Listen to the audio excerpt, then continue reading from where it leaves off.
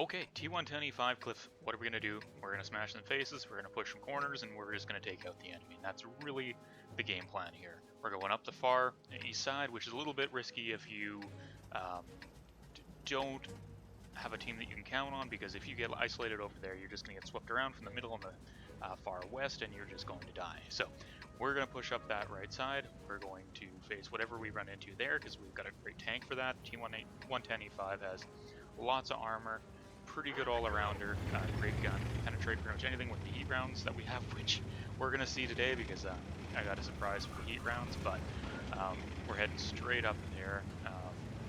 And what this replay also really focuses on is two skills that everyone should have. One is the obvious one, just knowing where everyone is on the map, knowing where your team is, knowing where the enemy is, and just minimizing the chance that someone can sneak up and surprise you.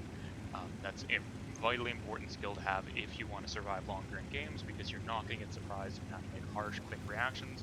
You already have a plan planned out, you know what's going to happen, and you've got a good situational awareness going on.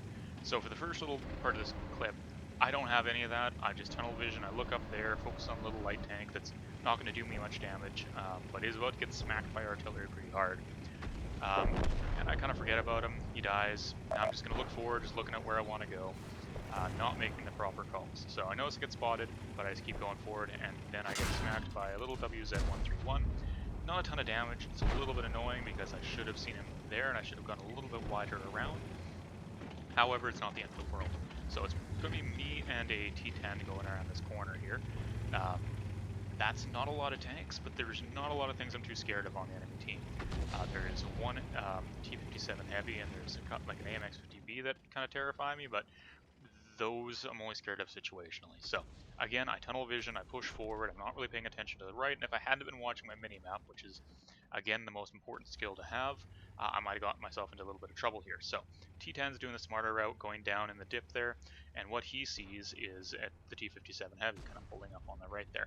I see the AMX, I know that if I push into the AMX, the T57 will probably pop up and take some shots into me, so I immediately pull back and kind of focus my efforts with the T10. So we're backing up here, still checking out everything. I'm looking around, kind of checking the top of the hill, notice that we still have it, still keeping my eyes on the mini-map, and I decide we got to get rid of this T57 because he is one of their better players, although he doesn't really make it too difficult for us because the T10 is going to whittle him all the way down, and then he's going to kind of do a scumbag move and try and drive backwards off the cliff here. But that said, I got the kill on him.